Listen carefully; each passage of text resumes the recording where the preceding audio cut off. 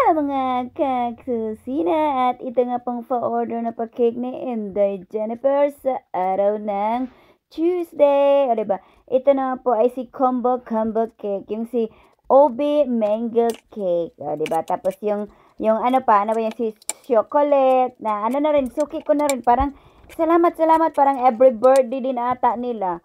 Sa akin din nag-ano. Kasi nga yung pangalan ba, di ko lang sure. Kasi nga, kung babae ba or lalaki kasi dalawang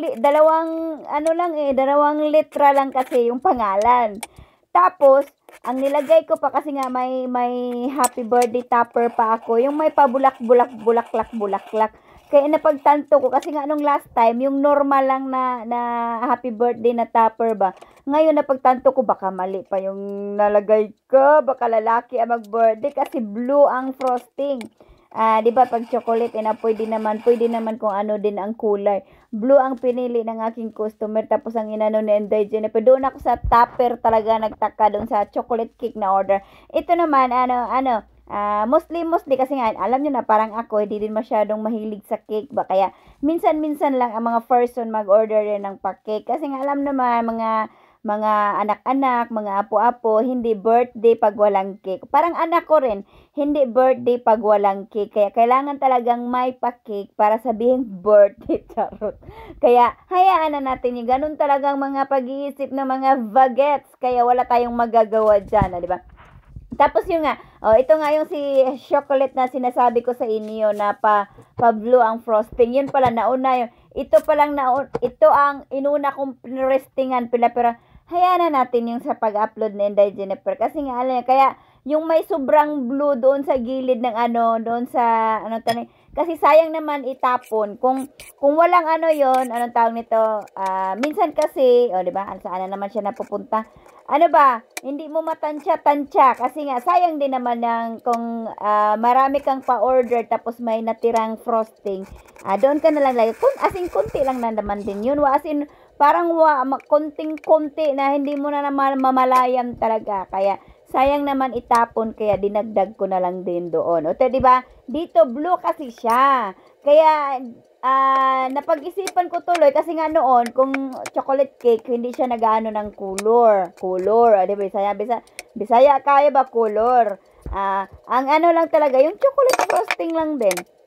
Tapos yung ilang na ba din ba? Ilang birthday na rin na parang 2 birthday or 3 ba? Basta na iba ang ni-request na kulay na ibang birthday pala yun na ng kulay ng aking customer. Kasi nga mostly pag sila ang nag-order chocolate, di ba? Mostly sila. Pero yung iba kasi, yung mostly, kaya minsanan lang ang chocolate na Inday Jennifer. Kasi yung iba din naman, doon talaga sa ube, mango, mocha, di ba? Minsan yung pandan. Pag naman yun sa mga yema, yun yung si pandan, di ba? Ay, yan, yun, di ba? 2 letra lang. Tapos ang nilagay ko pa naman, kagandang happy birthday na may bulaklak. Tapos ito naman, ang pa-order na to, di ba? Sabi ko sa inyo, sa tinderang gipet sa rush order ko magkapit, di ba? Tapos nabwisit pa ako while nag-frosting ako nito. Akala ko naman yung customer ko na, kasi sabi niya maliliit nga daw siya. Ng konti kasi traffic daw. Tapos ito naman, akala ko kasi nga hindi na ako nagtingin-tingin ba yung shadow. May nag-doorbell, akala ko sila na. Diretso ko open, asin ganun, diretso ko na. Putik, yung mag-ano pala, yung mga advertise. Kung gusto ko ba daw, anuhin yung window namin. Sabi ko, pasensya na, busy ako. Kasi nga, di ba, pag nga itong frosting natin, lalambot din kasi, kaya nagmamadali na ako. Kaya ayun, hugas na naman ang kamay si Inday Jennifer. Nabwisit talaga siya nung may mga kumatok-katok. Bahala na yung pagmumukha nyo, kung ano yung pagmumukha nyo. Basta ako busy kasi nga may hinahabol ko nga yung frosting ko. Ayaw ko nga malambot-lambot.